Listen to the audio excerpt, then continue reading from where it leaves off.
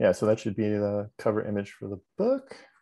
And yeah, for those who don't know, I'm, as Braden mentioned, I'm Phil Szostak. I'm creative art manager, and I just hit my 14-year anniversary the other week, which is kind of nuts. I've been with the company for 14 straight years. Haven't always been creative art manager, but that's a position I've been in for the last like maybe 5 years, and work directly with these guys in the art department. Member of the art department until recently, and this is something that's haven't talked about much on social media, but I recently joined the franchise story group a few months ago. But while everyone was working on the Mandalorian season 1, I was definitely and season 2 and Book of Boba. I was with the art team with Doug Chang's Lucasfilm art department, which was really fun, and still work with those guys and still have a lot of the same responsibilities. My title hasn't changed. I just my job, my day job when I'm not writing these books is pretty wide ranging, and definitely interface with both people on the production side, kind of gathering any reference and answering any questions that they have, and also for the artists and Doug, any reference or questions they have about Star Wars visuals, and lore stuff, but mostly focusing on design. And I also, especially now that I'm in the story group, do a lot of stuff around video game design, animation design, give notes on publishing, including all of our covers and comic book interiors. So you probably see my name if you collect our comics in all of our comics. So yeah, pretty busy, and working on these books is just kind of a side gig for me. And this is my 6th book, which is kind of crazy. But anyway, so the Mandalorian season 2. You're gonna have to forgive us our memories here, because in looking back at what's in the book and just getting ready for this presentation, I came to the realization that we started season 2. I believe it was in December of 2018, which is now, is that over 3 years ago, 3 years ago? And yeah, so this first section of the presentation is just going to be kind of the history of the season a little bit, and some of the kind of overall themes of the season. October 2020 is when season 2 first aired. I think it was October 30th. So that's what those 2 dates are, kind of when we started in the art department, which was December of 2018. And just to give you a bit of context for what was going on when we started on The Mandalorian season 2, you guys probably remember when Jon Favreau shared on his Instagram this image of an IG unit, which we did not yet know was IG-11. So the first season had not aired when we started on season 2. And he shared this image of IG-11, and nobody knew who it was. And some people thought it was IG-88. And then, about a year later was when we finally learned the identity of this droid. And while the season, and you can see the image on the bottom right. It's a bit dark, but this was another image that John shared on his Instagram of the MCU directors reunion that happened on set. That was, I think, in December of 2018, while Taika Waititi was shooting his episode of season 2, which was chapter 8. The folks there had their little kind of MCU reunion. It's the Russo brothers on the left, and then John obviously in the middle, and Peyton Reed next to John, in between John and Taika, and then Taika on the far right. And this was when, the first time Peyton had been on a Star Wars set. And John actually described this moment in the Art of Season 2 book. And this was kind of the moment when John realized, hey, wait a minute, like Peyton is really excited to be here. He's obviously a huge fan. And it'd be great to get him on board, and probably soon thereafter asked him if he wanted to be a part of season 2. And of course, he ended up directing chapter 10, The Passenger, and chapter 16, The Rescue, the big Luke Skywalker episode, which is an amazing chapter of The Mandalorian. So anyway, and simultaneously, you can see there on the upper right that J.J. Abrams was outside of London shooting The Rise of Skywalker. So this just give a little bit of context for what we were, or what was happening behind the scenes while we were getting started with season 2, which is kind of nuts. It was pre Rise of Skywalker, pre season 1, pre launch of Disney Plus, and we were already, getting going on season 2. And obviously we were not yet aware of the super viral reaction to Baby Yoda that occurred. None of that had happened yet. And but another thing that did happen simultaneously in November was our team finally, Doug Chang's art department finally wrapped up their work on Galaxy's Edge. And they had been working on that since June of 2014, which is really nuts. That was like a over 4-year project. And that's not including the Galactic Star Cruiser, which is just opening now. That was just for the main park. So that was, over 4 years of design work was finally completed at around this same time. But anyway, so one of the first things we worked on was the Krayt Dragon, which I'm sure Christian will talk about in more depth, design-wise, especially later on. But I think John took Doug Chang aside at some point. I think it may have been in November or December of 2018, and told him, and we had already wrapped up kind of the bulk of the work on season 1. There's always like a few things here and there as ILM is working on post-production that the designers work on. But yeah, so the Krayt Dragon was kind of the first hint of what was coming in season 2 that John shared with Doug. So we kind of got working on that right away. And yeah, obviously the first hint of a Krayt Dragon that we got in Star Wars history was the skeleton that we saw in the desert in A New Hope, which were actually I have my notes here, prop Dilophosaurus bones. And they were from the 1975 Disney comedy, One of Our Dinosaurs is Missing, which no one remembers that movie. But yeah, I think the bones were just lying around somewhere at probably at Elstree, I'm assuming. And Roger Christian, who was the set decorator on A New Hope, he went and dragged those bones all the way to Tunisia and set them up in the desert, and didn't even bother. And there was really no reason to take them back after he left. And a lot of those bones were later rediscovered, I think in the 90s, still there 20 years later, just sitting in the desert. But yeah, so I mean, that was kind of the only kind of canonical, as far as I can think, version of a Krayt Dragon that we kind of saw. There were definitely designs by Ralph Mcquarrie and prequel creature designer Terrell Whitlatch that we pulled. We kind of looked at everything Krayt Dragon wise. And that's a big part of my job within the art department, was to, and continues to be, to pull reference for, what's existing in Star Wars, and just to kind of gather it all. And Doug looked at everything, and everyone started to kind of head in a particular direction based on that. And yeah, another big thing concerning the Krayt Dragon and all the creatures, especially the creatures that attack our heroes in The Mandalorian, a common kind of point there is both production, designer Doug Chang and Jon Favreau's mutual love of Ray Harryhausen monsters. And that definitely informed a lot of just even putting something this massive and crazy in The Mandalorian. And to a certain degree, the design aesthetic for a lot of our creatures as well in the show.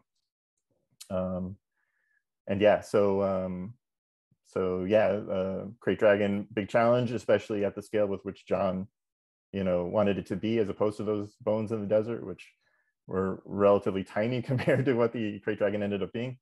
And definitely inspired by films like Tremors and the sandworms from Dune, which I'm sure a lot of you saw this past year.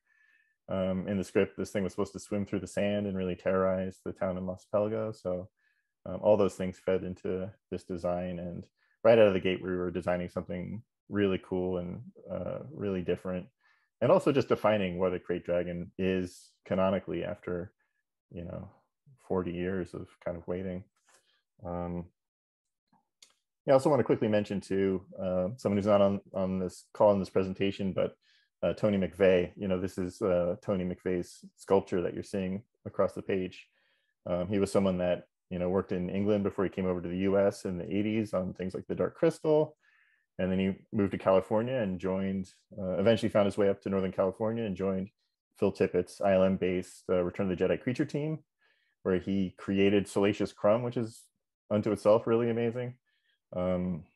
Salacious Crumb was intended to just be like a little parrot on the shoulder, I think, of Ifont Mon, who I think was another creature that Tony worked on. And I think Tony said in the season 1 book that he banged out Salacious Crumb sculpt in like a night, and Phil Tippett approved it. And then once he got on set, he became, you know, much more than just a parrot on the a parrot on the shoulder of a kind of a pirate character. So yeah, over the years, Tony, you know, stayed. I mean, he continued to work in film and stuff, but he especially got connected with Doug Chiang during the prequel era, where he worked on sculptures for characters like Jar Jar Binks, and the Geonosians. The final Geonosian sculpture was done by Tony. And oh, and I shall also mention that as well as working on Salacious Crumb, Tony worked on the Gamorean Guards for episode 6, and then of course when it came to chapter 9 and the Return of the Gamorean Guards, chapter 9, the Marshal, for season 2, Tony got a chance to revisit the Gamorean Guards, and I think he relished the chance to kind of get another crack at the Gamorean Guards. I think he kind of primarily just worked on sculpting their feet and hands and things like that for Return of the Jedi, and for the Marshal, he was able to do like a full sculpt, which you can see in the book. But anyway, yeah, so I'm just sharing like kind of a bunch of random spreads from the book and talking about some major themes for the season. And on the left side of this page, you can see kind of a bunch of versions of the Razor Crest, and these were done by another kind of unsung hero in the art department modeler, Rene Garcia, who takes all of the amazing ship designs that our artists do and turns them into kind of ILM ready 3D models, and really details them out. And he is just a master of that kind of Star Wars panel work and detail. And the Razor Crest obviously in the season went through a lot, and so Rene had a lot of work to do on the Razor Crest, and you can kind of see the fruits of his labor on this page on the left there. It's like 6 different stages, and you kind of see it in its fresh state in the first, and then, you know, on from there, it, you know, crashes on the ice planet, and then the spiders attack it, and then it crashes into the atmosphere of Trask and falls in the ocean and lifted up by the crane. And then the patched up version, which is not so great, by the sweater wearing Mon Calamari from chapter 11. So yeah, a lot of amazing work there by Rene, and definitely wanted to highlight that.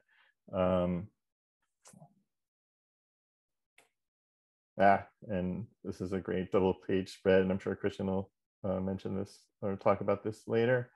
But yeah, one of the prevailing themes with The Mandalorian just in general is food, as you may have noticed, and especially what Grogu eats. And here on the right, you can see a lot of the work that Christian did on the cookies that Grogu famously ate, that were kind of a sensation when that episode aired. Just that scene was so adorable. And Jon Favreau, obviously, with his work on the film Chef and his chef show, is a person who loves food, and food is really important to him to get that detail right. And it's not something we saw a ton of in Star Wars before The Mandalorian, honestly. You know, there's things like blue milk, of course, and but mostly it's just kind of relegated to the background. And now with The Mandalorian, it's in the foreground. And somehow Christian has become kind of our resident food designer, even though that isn't necessarily probably something he imagined he would become. But yeah, I got a chance to talk to Josh Roth. Josh Roth is our prop master on The Mandalorian and Book of Boba Fett. Really great guy, and someone I actually work with quite a bit, because he's always tapping my brain for ideas for things, and I'm sending him a lot of reference. And yeah, and he mentioned that something that's probably not so commonly known was the blue color of the cookies was definitely inspired by the idea that they would be made with blue milk, and that would be one of the core ingredients for those cookies. And that makes sense. And it's, until he said it, I had never kind of put that 2 and 2 together there. But yeah, that was a big part of the inspiration for that. So yeah, food, obviously big part of The Mandalorian. And another big theme for this season obviously was translating characters from other media, animated characters, and then Cobb Vanth from the books, and obviously the Krayt Dragon, which we talked about, which was barely glimpsed and then expanded upon in various other games and things in Legends continuity. But yeah, so and especially our two major guest characters in the show, Bo-Katan and Ahsoka, bringing animated characters into live action. And obviously getting that right was super important to Dave, who had, you know, originally shepherded these characters into being the Clone Wars. And Dave had, and this is something Dave talks about in the book, that he had conversations with Katie Sackhoff, who did the voice of Bo-Katan both in Clone Wars and Rebels, you know, about the possibility one day of Bo-Katan becoming a live action character. And Katie was like, no way, you know, that's not gonna happen. So it's amazing that it did happen. And you know, Dave says that, you know, he kind of took Katie aside and was like, can you believe we got away with this? Can you believe that you're here embodying this character that's just been an animated character for so long? So yeah, and you know, maybe not so obviously, but yeah, Bo-Katan bringing that character into live action quite a bit less tricky than Ahsoka, in the sense that we had done a lot of Mandalorian armor for the first season, and the costume designer on season 2, Shauna Tripsick, who's amazing, she's a huge Star Wars fan, and that's something we talk about in the book as well. And you know, watched the Clone Wars and Rebels with her kids, and you know, outside of just working on Star Wars, she's a huge fan. So yeah, someone who again wanted to get the details right. And you know, and obviously Brian Matyas, who's on this call, you know, and we'll be, I'm sure, talking about Bo-Katan in more detail later, you know, just really motivated to get this right and bring it into a live action in a way that works. I mean, it can't be just a one-to-one translation, because there's things that are simplified in animation. You know, the body forms are not exactly realistic oftentimes in animation. So whoops, my computer wants to sorry, I have to quickly do something to turn something off on my computer. All right, done. So yeah, Bo-Katan and her, you know, her kind of Mandalorian gang there, definitely a big part of season 2. And yeah, getting those animated characters and bringing these characters that Dave was really motivated to bring into season 2 way back in season 1. He had conversations, and this is something that's talked about in the book as well. He had conversations very early on with John that if we're going to do a Mandalorian character and Grogu, that inevitably, you know, we would have to bring in, you know, Mandalorian characters and Jedi characters who are around in this era, of which there's not many, and that it would be great if Bo-Katan could be in the show, and if Ahsoka could be in the show. And here's a page of Ahsoka designs. Quite a lot of Brian's work here. And yeah, coincidentally, this is something I wasn't so conscious of until recently, that 14 years ago when I was, you know, hired at Lucasfilm, like a week and a half before I was my first day, was when Ahsoka was introduced as a character for the first time to fans, like who had never heard or seen of her before. So that's kind of a cool, like my history with the company spans the 14 years that Ahsoka's been around as a character, which is kind of wild. So yeah, and obviously this is Dave Filoni's Chapter 13, The Jedi. And a big inspiration for this costume was, and Dave talks about this in the book, was that Ahsoka should be able to walk out, you know, appear in Akira Kurosawa's Seven Samurai film in this costume. Like she should be able to blend right in with the samurai characters in that film. He wanted it to be really grounded, and especially grounded in Kurosawa's vision of samurai, which was a huge inspiration for Star Wars generally, for George Lucas. But anyway, so yeah, and you know, huge challenge to bring an animated Togruta, you know, into Star Wars with her, you know, in animation, her bright orange skin and white face markings, and those Montrals, the blue stripe Montrals. I mean, someone who's that alien looking, but also who people are also super familiar with. Just a huge challenge, and I think they pulled it off brilliantly in the end. But obviously you can see in this artwork that there was a lot of consideration for different looks for Ahsoka, like how faithful to her look from Rebels, how faithful to her look from Clone Wars, and also just to bring it into reality in a way that it's faithful, it's faithful to the Ahsoka that we all love, but at the same time, something that works in live action. And here we have some more of Brian's work on Boba Fett, and a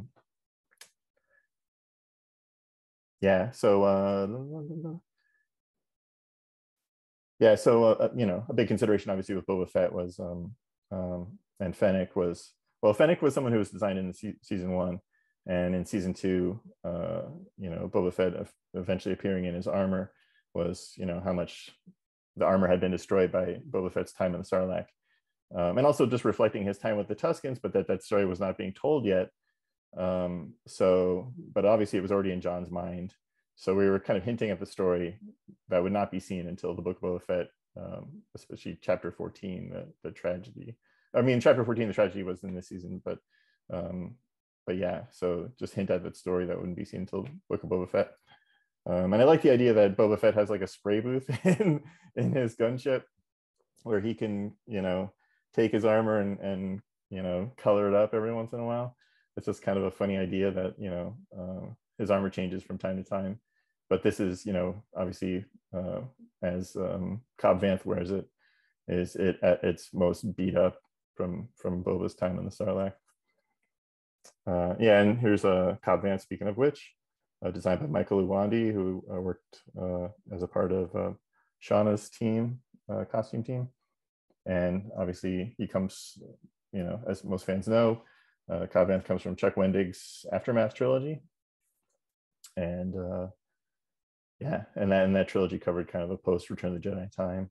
So it was great that John found that character and decided to include him in season 2. And I realize I'm already kind of probably running over, so I'm going to speed up. Obviously Dark Troopers, bringing again something that appeared in a computer game. I think it was a 1995 Dark Forces game. I think was the first appearance of Dark Troopers. So cool that we were able to bring that in to live action, and a lot of amazing kind of translation of that design, and the finished Troopers is so cool. And we should talk a bit about Plocoon because as a lot of fans know, Plocoon is Dave Filoni's kind of favorite character, to the point where he has a stamp that when he approves a piece of artwork, it's the Plo Cool stamp. And yeah, it's very much like George Lucas' Fabuloso stamp, as a way of quickly approving a piece of artwork, as opposed to just saying it. If it has the stamp, then it's approved. And Dave Filoni himself cosplayed as the character before he worked on Star Wars. And yeah, I just think this is an amazing episode. And obviously we wanted to keep the secret of Luke Skywalker. So there's no like specific Luke Skywalker art in this season. And obviously if you have the book, you've seen, there's some pieces that you can kind of say, well, it's not so clear who it is. But I think that's one of the things that Peyton Reed did so skillfully with this episode, was kind of holding the reveal of Luke Skywalker for so long and really kind of building up the tension in the audience. It's not just that Luke appears, it's how he appears. It's that you first see the X-Wing and then you see him walking through but you don't quite know. And then he ignites the green lightsaber and you're like, oh no, we know now. So just an amazing, amazing thing that Peyton did. And here's a full 2-page spread from the book. Super cool piece. But yeah, I just want to quickly run through some of the inspirations from Ralph Mcquarrie and original trilogy designers for the second season. Here's Ralph's piece of obviously early version of the Crate Dragon. I think this is from the Illustrated Star Wars Universe book from 1995. And this would be the kind of thing that I would pull together when we're looking at all Crate Dragon stuff, just to kind of pull all that stuff together and see what's what and decide which direction we want to go.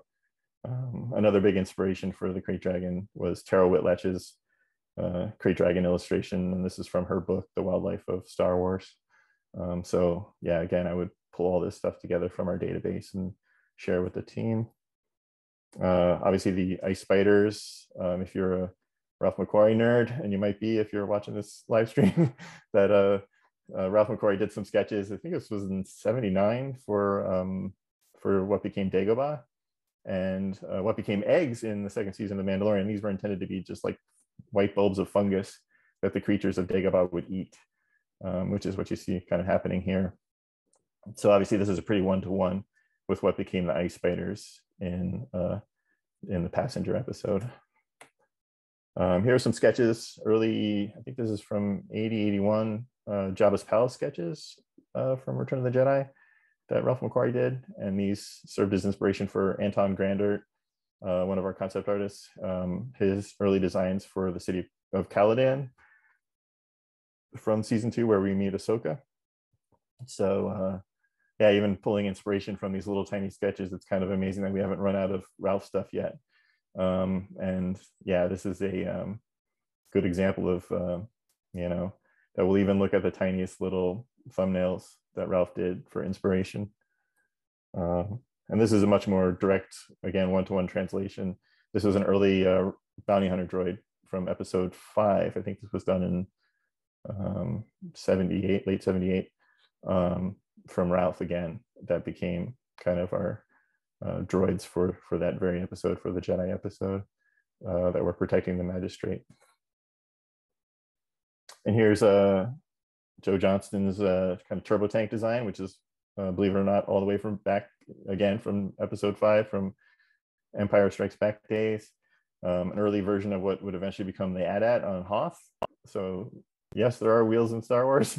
And yeah, so Joe designed this, and it was obviously taken and became the Juggernaut turbo tank for episode 3, which was then also a version of was in Rogue One, and then eventually became the Juggernaut transport for Rick Famuyiwa's amazing episode, chapter 15, The Believer, from the second season. So yeah, this is a part of the presentation where I get to brag a little bit. So I was putting the book together, started putting the book together in September of 2020.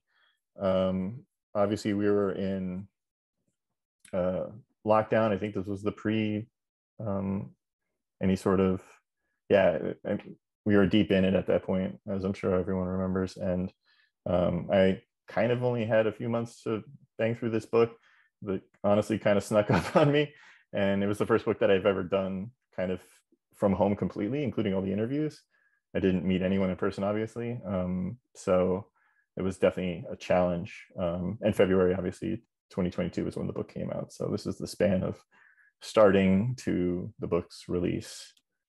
And just to give you a little context, so November 2019 was when Disney Plus debuted, and the first episode of The Mandalorian, of course, Disney Plus launched with the first episode of The Mandalorian.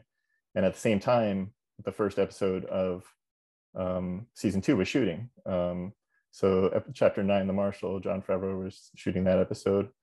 And yeah, so that was November 12th, 2019. And then cut to a few months later, February 2020, right before the COVID lockdown, was when the art department got to visit the set. And Rick Famuyiwa was directing Pedro Pascal, obviously as the Mandalorian, and Bill Burr as Miggs Mayfeld on the set that's up in the upper right corner. And it was that kind of like little dining room, Imperial dining room set that was adjoining the stagecraft volume, which is where that truck, and this image that you see up on the upper right is very likely just all in camera. And that truck was a full set piece that we all, as a department, kind of climbed into. And Christian, so yeah, I mean, it was just super fun. We were just all crammed in there, and just, it was amazing just walking into the stagecraft volume.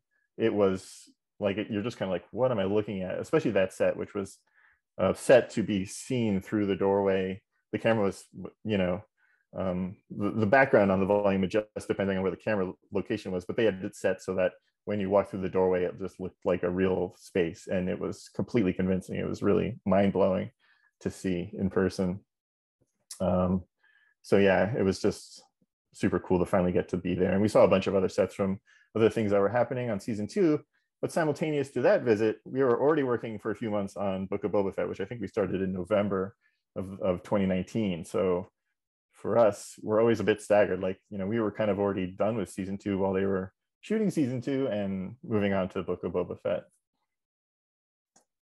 So yeah, just a quick, want to run through some layouts. This is the part where I'm, like I said, I was bragging a bit. Down on the bottom, you can see the final layout for the book, and up above is my rough layout from months prior when I was, so I get to not only write the book, but I get to do my own version of the layout. Liam Flanagan at Abrams Books does an amazing job taking my kind of crummy attempts at layout. You know, I'm certainly didn't go to school for book layout in particular. I mean, I did go to film school and art school and took a lot of classes and whatnot, but yeah, this is not my area of specialty. But you know, obviously the Crate Dragon ended up getting flipped around in the final version of that, but otherwise it's pretty faithful to my layout. Above, you can see my layout for that Bo-Katan spread, and then below the final version. So things shift around a bit, especially to accommodate any new art that we find. In this case, there was a Bo-Katan's blaster that we wanted to include, so we shifted some things around. But generally, they're pretty faithful to my layout, which is pretty amazing. Like, I feel, you know, like just grateful that they find value in what I give them. Because again, this is not something I'm trained for. It's just something I've learned over time. And yeah, again, my layout up top for that, for this spread, and then the final layout below. And I think that's kind of it for me. I think I went over a little bit, unfortunately, but so we're going to kick it over to Brian. Okay, can you hear me? I unmuted. Awesome.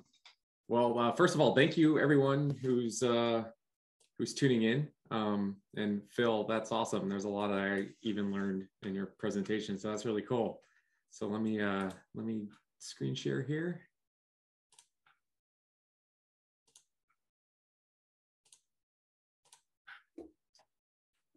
So I'm the senior concept artist who specializes in characters for Lucasfilm, and I've been with Lucasfilm since 2017. So I started on Galaxy's Edge, and then worked on season 1 of Mandalorian, designing Din Djarin and Cara Dune and Fennec and Moff Gideon, and a bunch of other Mandalorians. So yeah, this has been quite a fun project for me. So I have a lot of images here. So some I'm gonna probably have to just talk about more than others, just to, you know, be conscious of time. So let's go through them. So this is, Doug gave me the task to essentially, if you guys remember, Zero, I think it's Q90 from season 1. He was the bounty hunter droid in season 1 who Din Djarin shot. He adapted one of his thigh plates to replace his season 1 thigh armor, and it was essentially just supposed to be a thigh example for that plate, and I decided to take the opportunity to just, you know, show another hero shot of Din. And I have a lot of images that I've consolidated. This is not representative of Phil's excellent work and his page layouts of the book, but just organize some of my characters on a page just so it's easier to kind of have a discussion. So this was from from the first chapter of season 2. This was for the bodyguard / bouncer for the gladiatorial event. So here's some concepts for him. Always intended to be a male Twi'lek.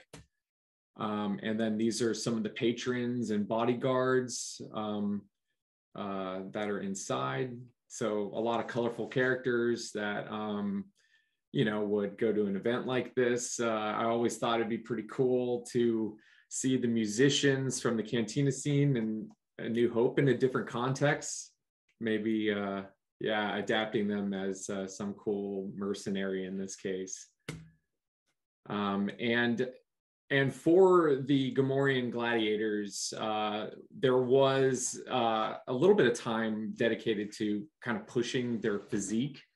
And I call this the Battletoads Gomorian for whatever reason. He's a little more. He's been hitting the weights a little bit more than the ones from Return of the Jedi. And then this was kind of a tag team with sculptor Tony Mcveigh. He was doing a lot of maquette sculpts of the Gomorian guards and riffing off of what he's doing and then kind of bouncing ideas back and forth. This was really fun as we were honing in on getting them to feel a little more classic from the Return of the Jedi days, but they're wearing a lot less clothing there.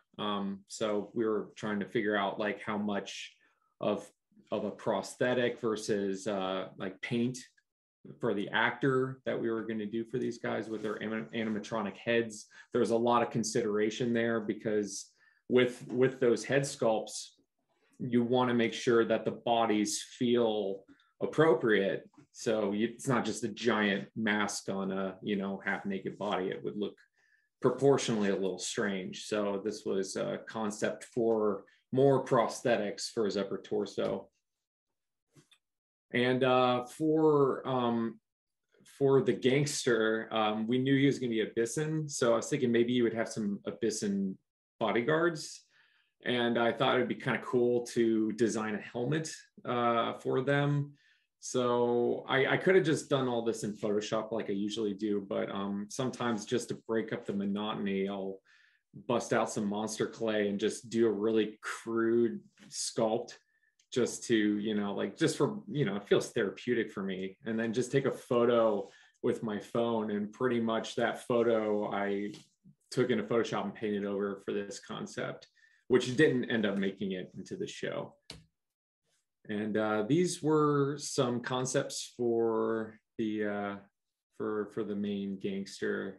These are really fun. Playing with the Roman, the Roman vibe with a thumbs up, thumbs down, and then something a little more, classic, Italian mobster. Tony Soprano was the main reference for the two concepts in the middle. Really crude marker sketches. Again, same with the sculpts. Sometimes, I'll just, do like, this is a really small thumbnail. I think it's maybe 2 inches by 3 inches, and with some really, really old markers, which were not flowing very well anymore. But I used this for a keyframe image that then became this, where I essentially just painted over it in Photoshop. This is interesting. So before the Black Melon, we experimented with what Tuscans could eat. And we were thinking of maybe some sort of centipede cuisine that people wouldn't want to eat, maybe. So this was a concept for that. And actually, this is funny enough, the concept of Boba Fett here, originally, like, it's interesting. A lot of the work in the book and a lot of the work that we do is at the beginning when it's a script or even just ideas, and they're writing in tandem as we're generating this artwork. So he was originally intended to be the Marshal, and then we adapted this concept to be more appropriate for Boba Fett reacquiring his armor. But after the Sarlacc pit, we were considering what's underneath there. And Jon Favreau thought it'd be kind of a fun, experiment to see if the paint is revealing the prototype look from Boba Fett from Empire Strikes Back, when he was painted just white. So that's why it's not chrome. It doesn't look like, shiny, untreated Beskar in this case. So this was an experiment, seeing if that would work. And then designing some of his weapons, like kind of a more classic Western revolver for Cobb Vanth, as well as his rifle and his jetpack. And then for Boba Fett, this was one of the first concepts where John was playing with the idea of how to play with the audience with silhouette and with his clothing. And he wanted to see if a initial Obi-Wan read would work for him. So this was a concept of kind of bringing in some of Obi-Wan's Tatooine attire, and to see if that would work on Fett. which then, you know, over time, you know, developed into more of a Omar Sharif look from Lawrence of Arabia, which is on the right. Some keyframes. Frog Lady. So when I started on Frog Lady, I wasn't aware, because like Phil said, we were generating this art before the first episode aired of season 1. So I wasn't aware that she was, or her species was already seen in the show. So I did a lot of concepts that were not accurate to the head sculpt. And then once I got that information, then developed her from that. So this was a collection of different concepts. The one on the far left was generated later, actually. The one on the right was the approved concept, and then there was a sequence where she's bathing and warming up her eggs on the ice planet. So this was a swimsuit idea for her, looking at 19th century swimsuit attire in that case. And yeah, a collection of corns and Mon Calamari, very fisherman inspired for these. Bo-Katan, in this case, I was going for her armor. This was, I think, the first concept for her, where I wanted her armor to feel more classic Fett Mandalorian era armor. But her thigh armor, I was playing with the idea that it would be magnetized. So her blasters could like kind of snap to them in some way, which I thought could look kind of cool. And this is a concept for her and for her Death Watch gang. I believe it was Death Watch at the time of the script. And then here's a shot of them. And then this is them doing their covert mission with Din. And then for the episode The Jedi, I think this chapter with Dave Filoni was the majority of my time for the season was spent on this. There was a lot of character design in this episode. So this was sort of her introduction. So there's a few key frames for her introduction in the fog and how to reveal her. And this is a design for the Magistrates Soldiers, or police, I think, which is what they were considered in the script. Going for a very World War I mustard gas mask. The planet has been completely ravaged and quite toxic. So, you know, the idea was that the civilians are essentially having to just live with the air quality, while pretty much all of her guards and soldiers, they all have, you know, clean air.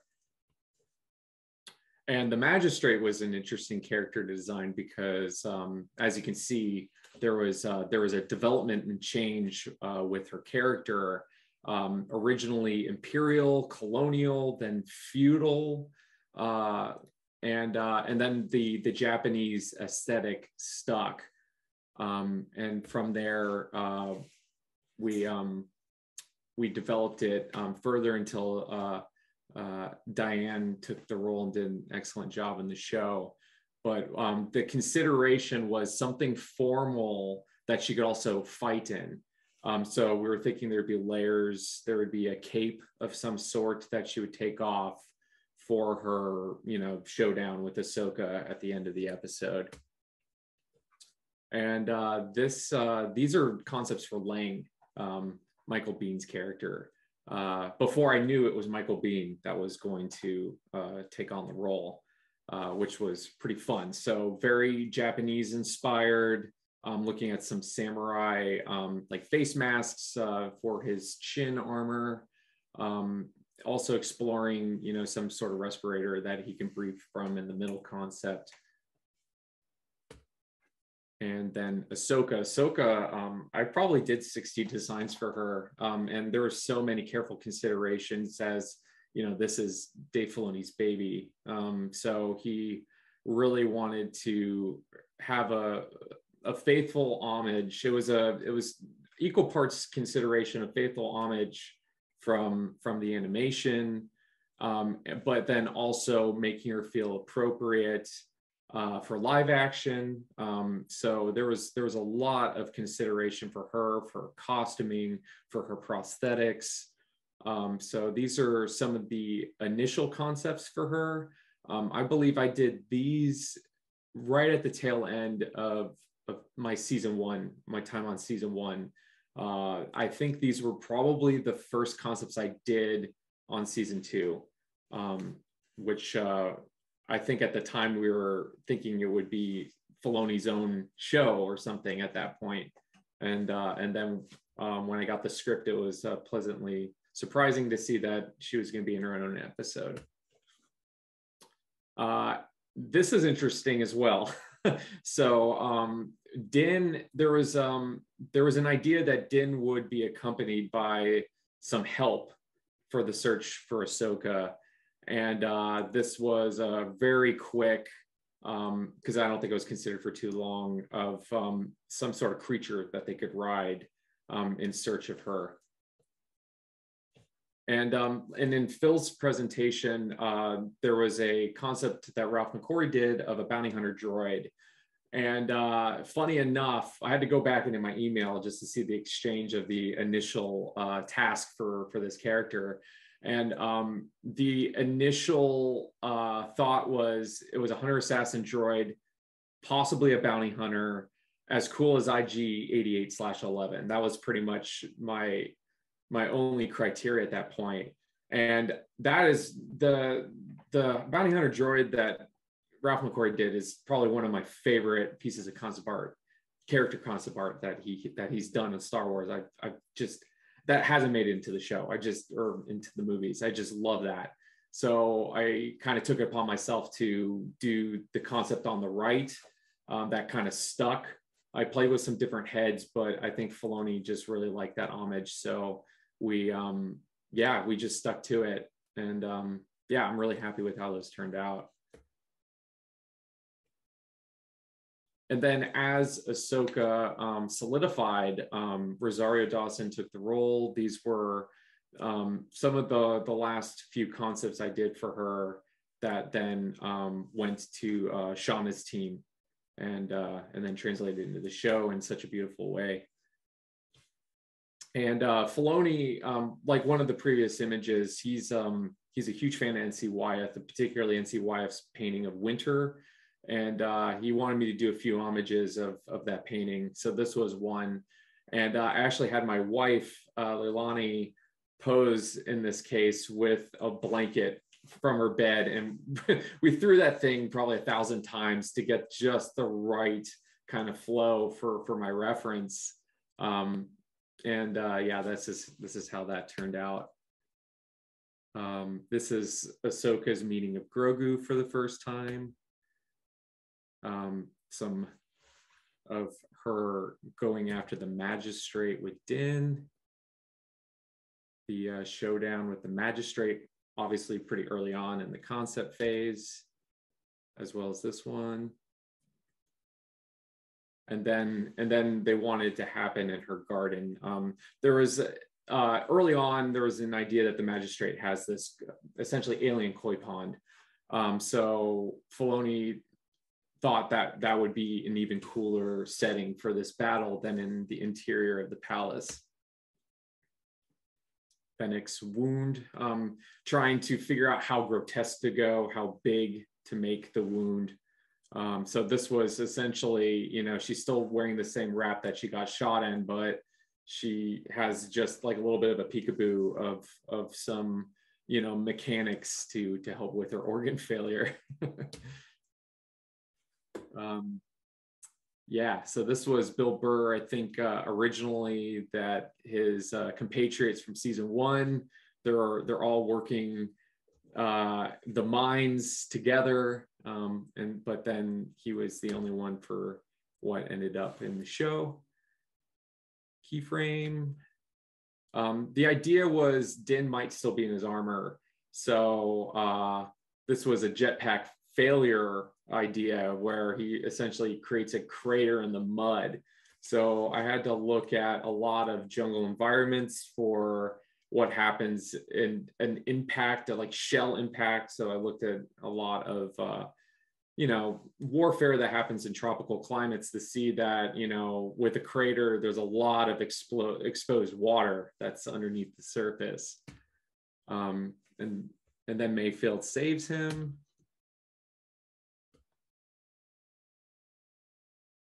I'm going to go through these because I'm paying attention to the time. I'm running low on time. Gideon's battle. These were some dark trooper concepts. I think I was going for the phase 2 idea that's still a human in a suit for these, not full robotics. So trying to push the armor into something a lot more chunky and stout and sturdy than we've seen before, but still, very imposing and intimidating. I actually really enjoyed doing these. Up to this point, I don't believe I've had any opportunities to design troopers. So yeah, these are really fun for me. And then Plocoon. I did a lot of development work for him in the rescue. And then an idea that Din is reluctantly considering squaring off against him. And here's some concepts. There was a consideration of how much of the prequel's aesthetic to bring into him before the final feedback of making him essentially being exactly what Luke wore in Return of the Jedi. There was consideration that, with Yoda saying that he is the last Jedi, that maybe Plo Koon has fallen to the dark side, which are some concepts on the right, just, kind of a quick idea for those. Hero shot. And then the teaser for Book of Boba Fett and bib. And that's it.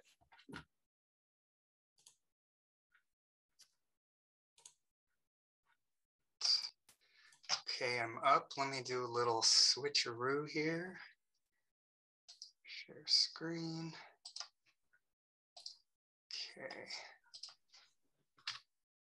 Okay, so since I just thought I'd go back to the very beginning because I haven't talked about Grogu a whole lot, but the very first image I did for the series, we were going to have like a Mandalorian, and I think at this stage it was like a tween or teenage girl.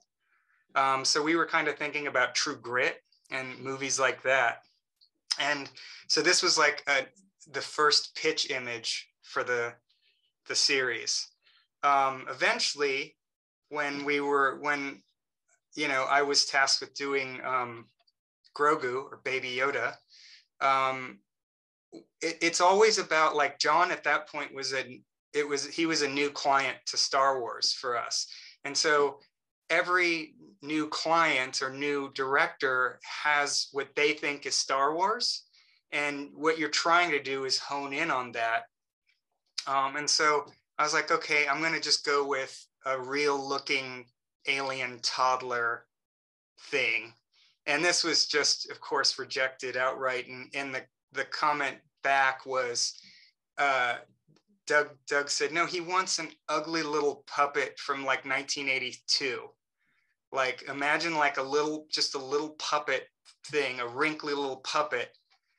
And of course I was like, okay, but it's got to be cute. So I was thinking about J.C. Leyendecker babies and Warner Brothers cartoons babies, and the way those cheeks sag and the chin recedes. And then, of course, putting him into different horrible scenarios to make him kind of even cuter. But needless to say, a lot of people worked on him. And I think this was like my third try. And weirdly, it hit. And yeah, I had no idea if it would work, if people would love it or not. You never know. Okay, but there we go. There's a little Grogu, Baby Yoda intro. So we start, I thought I'd start with just some Mos Pelgo images. This is the marshal taking out a speeder full of the minor gangs. I always liked when the backpack fires, it's more or less, it's more sensor guided as opposed to, you know, kind of aim and shoot, like you got to hunker down and, you know, do a Heisman trophy stance to shoot it. So Baby meeting I forget the Scurrier. Yeah, Scurrier. And then, and again, Cobb Vanth, we were all waiting to see what Brian would come up with. So that's just pretty much Boba in there. And then that's them meeting the Tuskens so that they could battle the Krayt Dragon. And so with the Krayt, there were, I did lots of different designs for the Krayt. As you can see, it was kind of, I think this is when it started clicking, but my first initial pass, I think, were these three. This was more like an alligator mouth. And then this was the one that really hit. John liked the idea of the head looking like a shark. That, you know, kind of that classic Jaws. This thing might come out of the sand at any moment, you know. I mean, one of the goals I try to think of is, as I'm doing the piece, can you hear it? And this one, you know, I was like, do-dum, do-dum, you know, had some John Williams in my head. Early on, to get to that piece, I'm just sculpting things in ZBrush and showing different views to Doug, just to like, is this, do you think this will work? And then he's like, yeah, put it in that painting, you know. I also got to do a lot of work on the destroyed Krayt, which was a blast, ha ha ha, pun intended. But it was really fun because I got to do, like, to me, I'm always trying to bring back ideas from my childhood, things that really inspired me and images that really stuck with me. And I was really thinking about the death of Vermithrax in Dragon Slayer for this one. The Frog Lady is my first image of her, and the tadpole container, which they made the best prop of this. I mean, it was every little nook and cranny that I put in this model and drew on there. They built it. It was the most beautiful thing, and it was such a great thing to see, like really inspiring, like makes you want to work harder, you know. And of course the spiders. So a lot of these pieces, even though they're keyframes, at this point, they're kind of done, one, to show how many spiders, but also it's really a design for the cave itself. This falls more under production design. This was creature design. I end up doing a lot of the creatures for Star Wars, and I was like, well, we could do the Ralph one, but what if each of them had like these horrible little plethora of red eyes, and just how freaky that would be. But maybe another day, maybe in 40 years they'll use it. On Trask, I designed this ship that was sort of based on a design from Rogue One, that wasn't, there was going to be a water planet in the ship, and it wasn't used. And Doug liked it though, and so I based this on that. And I was just trying to do what's the crab show, something catch? Deadliest Catch. Deadliest Catch, yeah. I was just trying to get that vibe, you know. It's a working man's ship. And then the raising of the Razor Crest with the kind of an AT-AT crane thing. That was a fun design too. Any giant sort of robot vehicle is super fun to do. And then a lot of work since I was working on that boat, I was working on the giant creature, which really is just, it's just a maw that got, speaking of maw, Baby Yoda and his noodle soup and his tentacle soup. And the idea was that of course, that the soup is sort of fighting back. I love that they go into the fact that this kid will literally eat and want to eat anything, because it's pretty funny. And yeah, I know this freaked some people out, but he made friends with the tadpoles later on. Lots of work on Navarro, on the secret Imperial base where they were designing the troopers and stuff. I mostly worked on exteriors. Ryan Church worked on interiors, except for this interior, which there were a lot of versions. The core, and it was sort of being powered by the heat of lava. And I'm really trying to riff on all things Death Star, the tractor beam power core and all of those. Just, doing anything Empire and Imperial is super fun. It's like a kid playing, like I'm a kid playing with toys. Here's the very outermost portion when Mando's on his jetpack. What I love about this, is those of you who know, this was a toy. This was just a Kenner toy that Jon Favreau decided, well, we got to make it like a real thing in the show. So Ryan Church did the one for the first season. Here's the one for the second season, where I added like a whole tail gunner and side guns. Like this was like sort of the heavy tank. And the initial one was just the infantry or troop carrier. And yeah, you got to see Carl Weathers fire this gun a bunch. He directed this episode. And then, of course, a quick concept on the school that used to be a bar, which is, I love the contrast of those ideas. They're super funny. Okay, so Mandalorian and food. I seem to do a fair amount of creatures, maybe some interiors, and then I feel like I'm the food guy. So I don't know, like the cookies, there were a lot of different versions of packaging and shapes.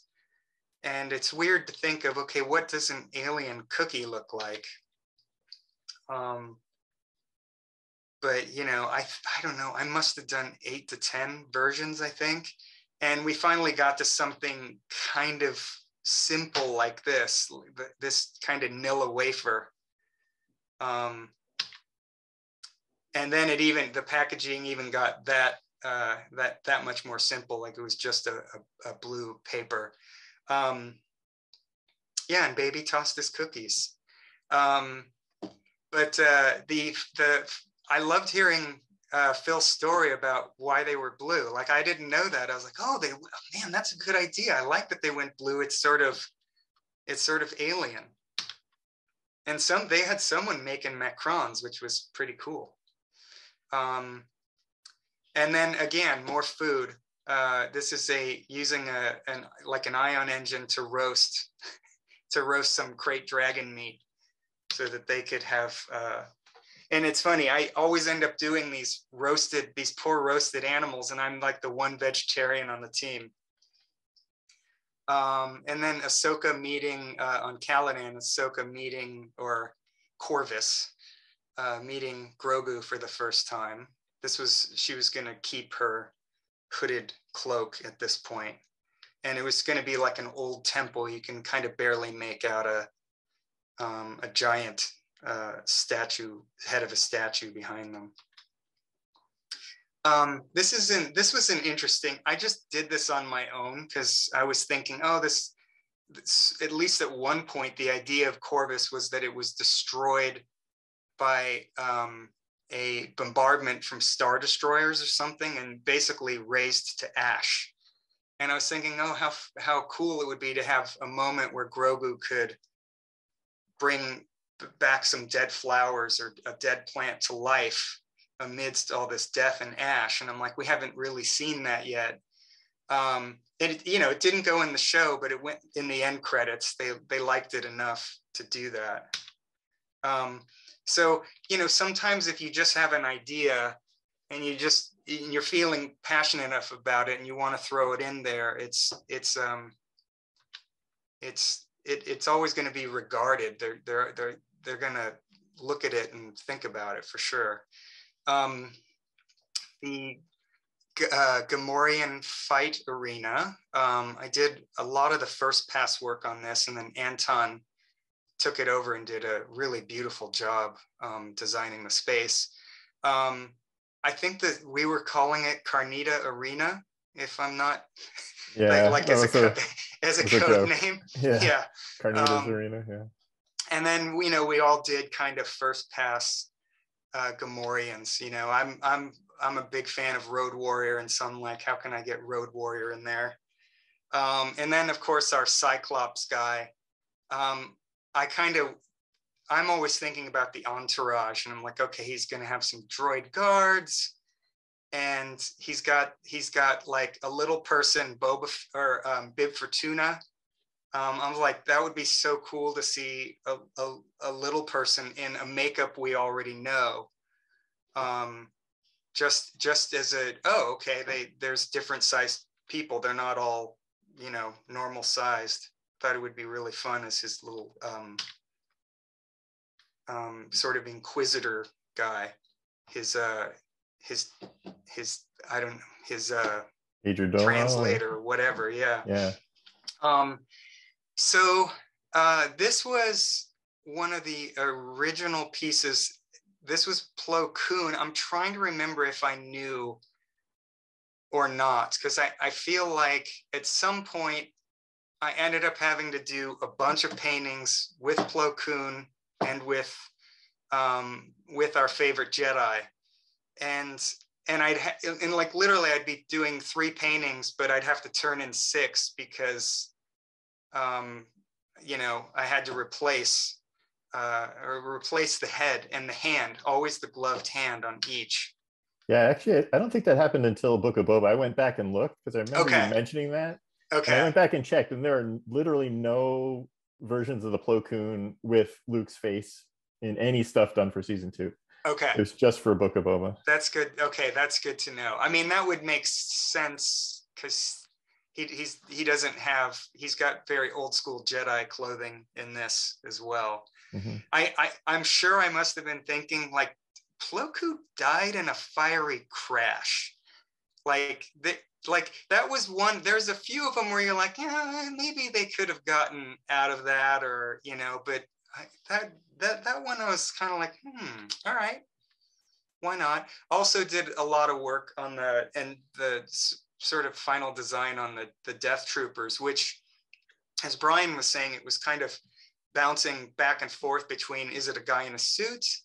Is it a full robot? Is it half and half? And I think at the end, I think we were just kind of thinking it was mostly robot at this point, or mostly droid. And I'm just I'm just trying to key into images that I loved as a kid, so I'm making them look like Terminators. And then Grogu, now using his force powers to take out some stormtroopers. And this one was fun. This was it's Grogu. So I think I knew at this point, because it's actually titled Grogu Meets R2. But I changed it to red. I changed the dome to red because it's whatever Plo Koon's droid is. So I guess I knew at this point, but yeah, at some point Doug took us aside and told us, but I don't think it was right away. Yeah, I mean, I've been at this. I've been at between Lucasfilm and ILM almost 23 years. So we're all really good at keeping secrets. After a while, you just sort of forget that it's even in there. And then it comes out on the show and you're like, oh yeah, that was a big reveal. And then there was, of course, the next kind of the teaser for the next season with Boba on the throne, and got to design the throne, and that was a really fun little bit of work to do. Also got to see it kind of midway being under construction when we went down there right before the world went on pause for COVID. And that's it.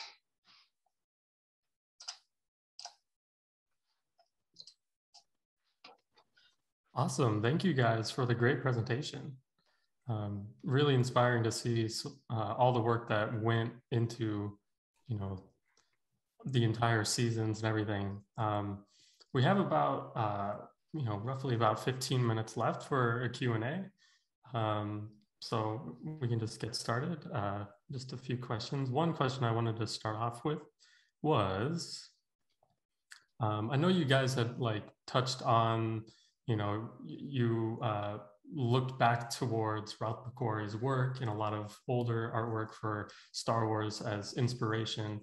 How do you guys sort of balance between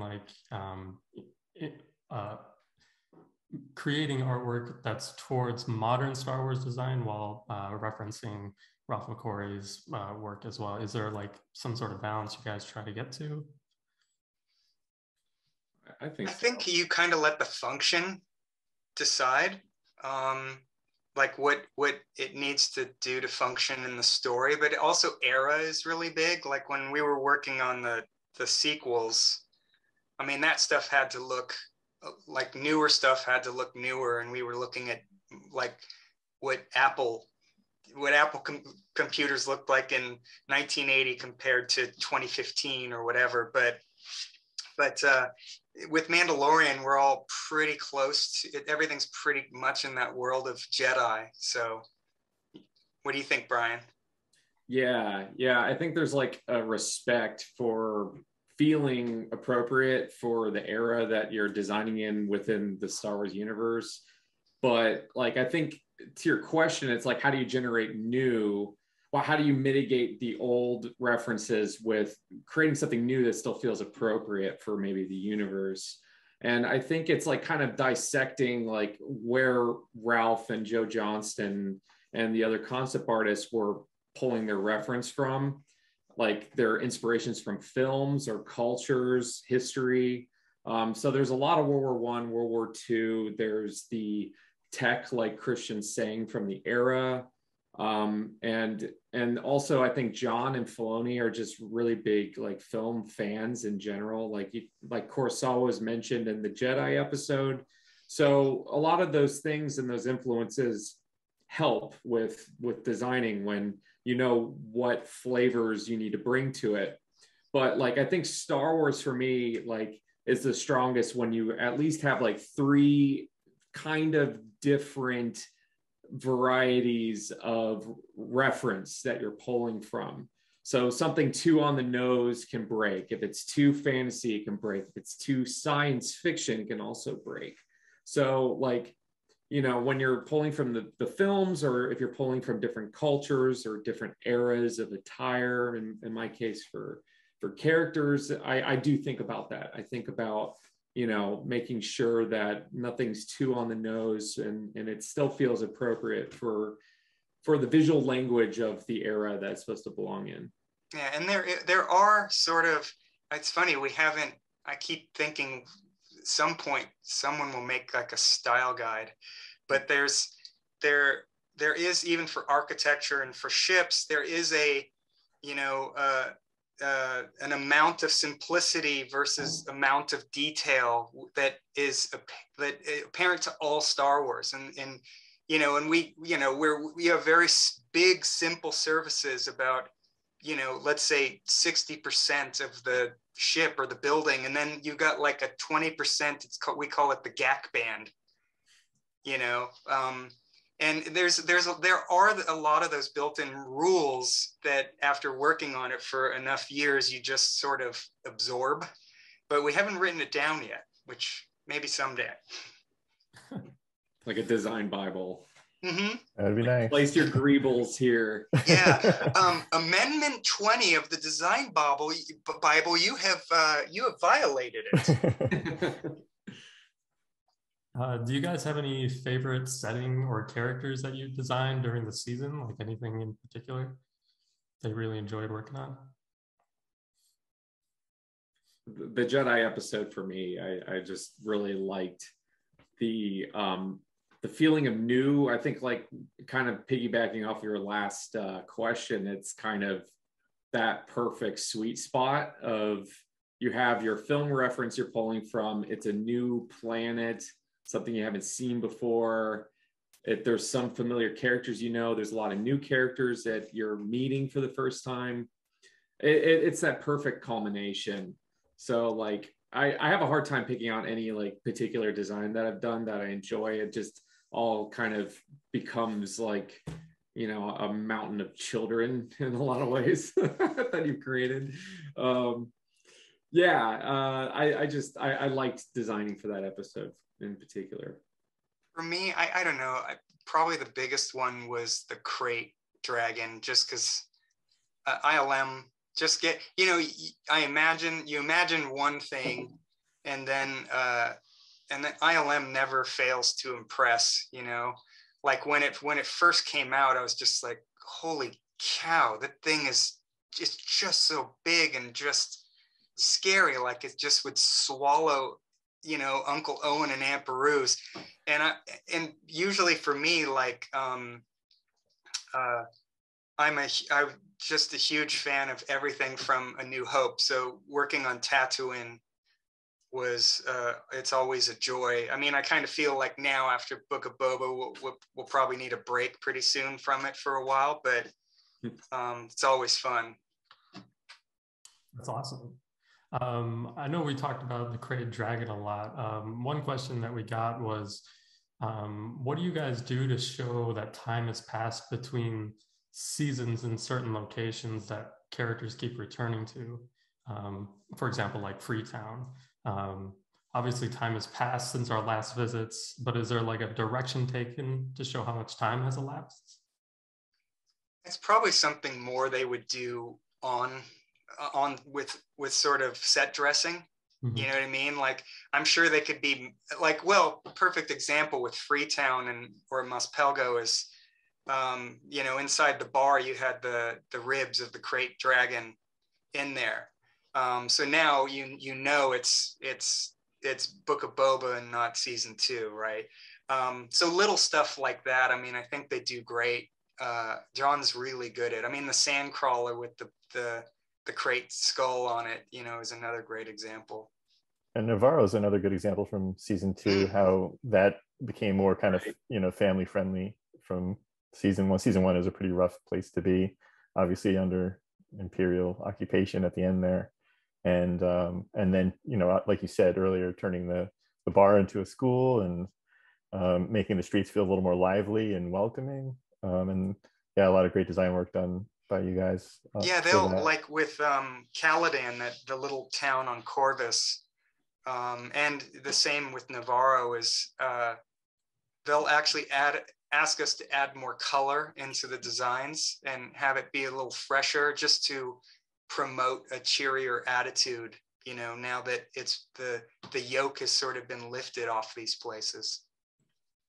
And for like costuming, I think Boba Fett's a good example, where out of the Sarlacc, and when Cobb Vanth has his armor, it's just acid, just the acidification of the paint just bubbling and chipping off of it, and then him repainting it. But his paint, the paint quality from season 2 to like Book of Boba Fett, so that time that's passed, there's more chipping and weathering. And then there's just like some slight costume tweaks, like different, even just fitment. Like some things are just corrections of fitment from, for a lack of time from like season 1 to season 2, even with Din, some of the fitment of his armor is a little bit different if you really look at it.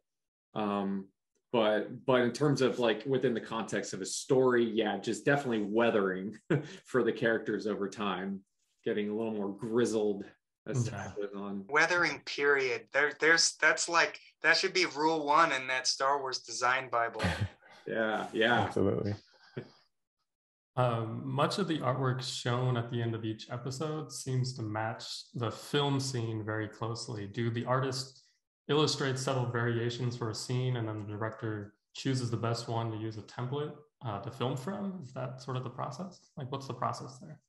I've seen I've seen a lot of people kind of on social media thinking that they were painted kind of in post, but no, they're all concepts. I mean, so usually, if anything, we've when we do those keyframes, it's to show a moment and to show a set or a design or whatever, because we make kind of a design. We call it a design scape for every season. And so it's really a blueprint of here's what's going to be in there, but it's not, I mean, every now and again, I'm asked to touch up something with something slightly newer, like a month later, maybe. But usually it's how we've concepted those pieces. There's nothing fabricated for the end credits. Cool. This one's a question more so along Phil's line. What makes a piece of art like a good candidate to be included in one of these art books? What would you say?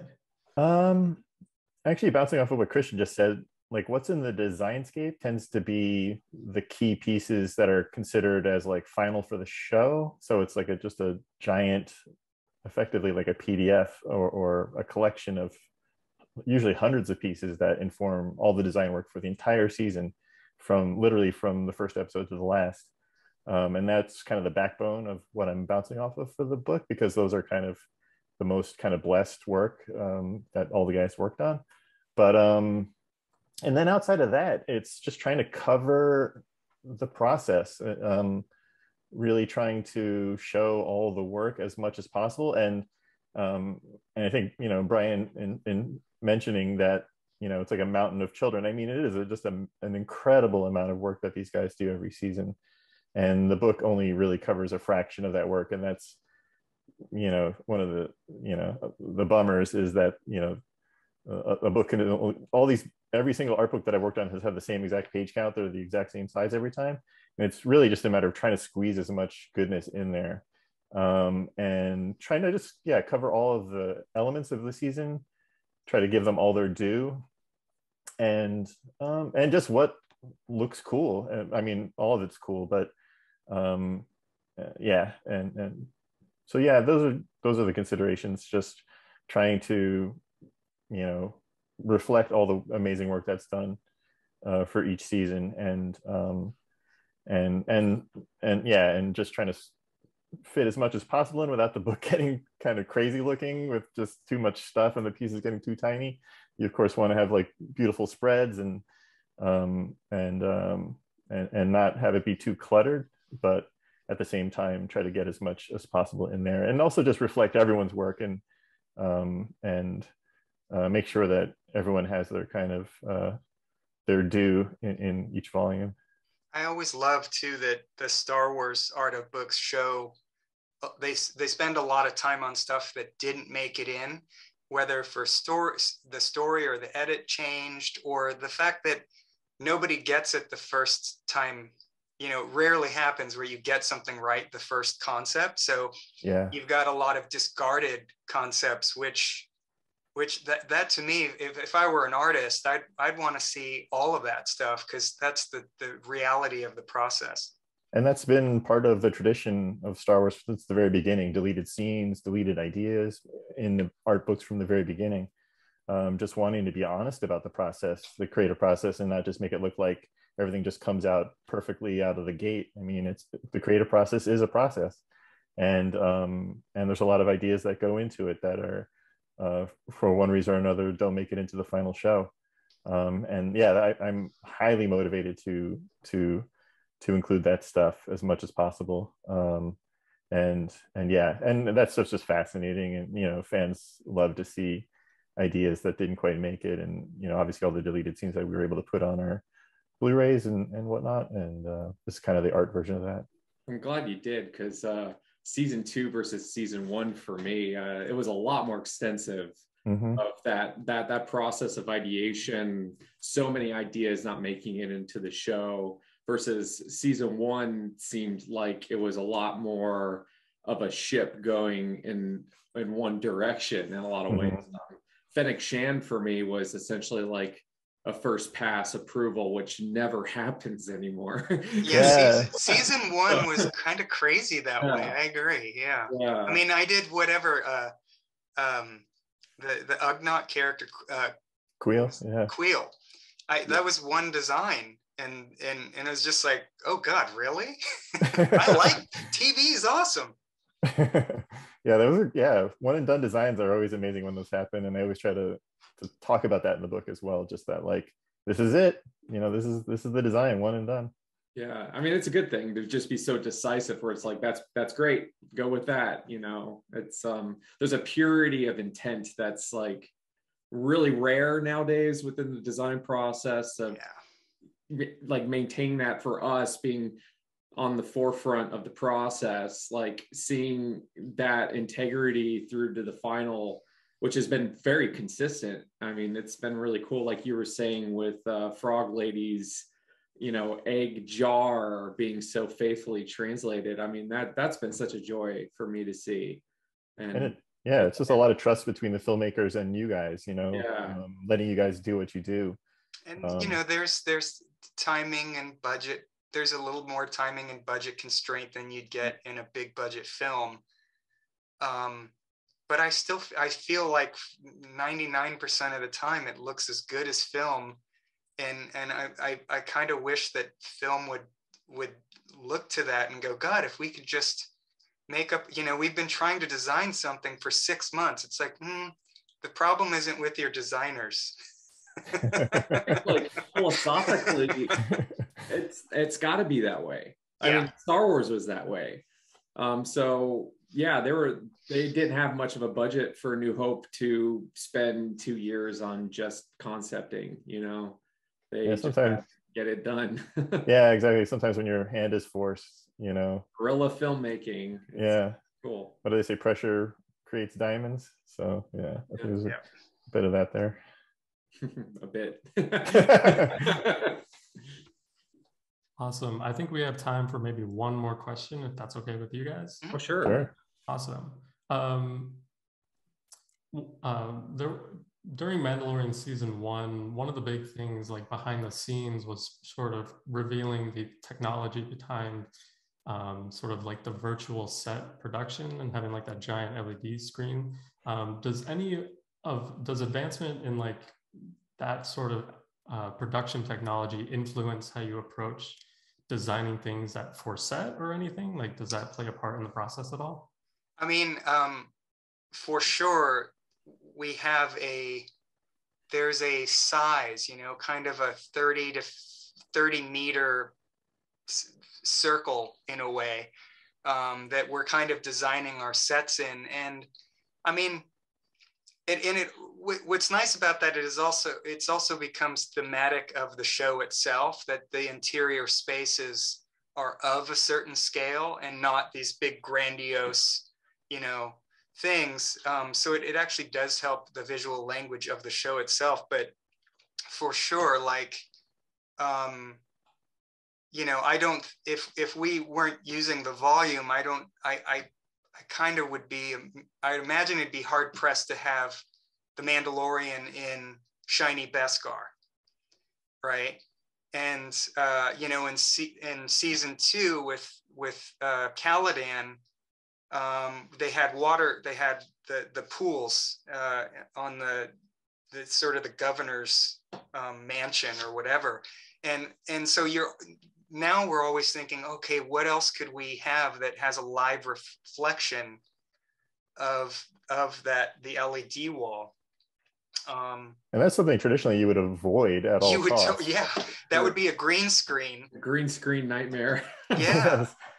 So it's definitely it's not in any way a limitation.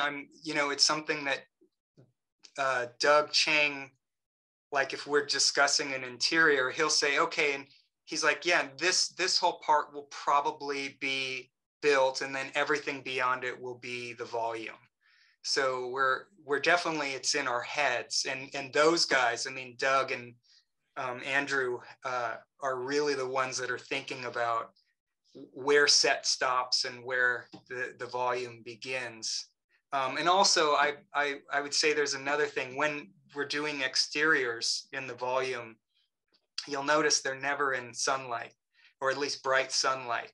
The bright sunlight always happens off in the background somewhere, like they're in a cloud shadow, because right now we kind of, it's a little hard to do that. But So, other than that. Yeah.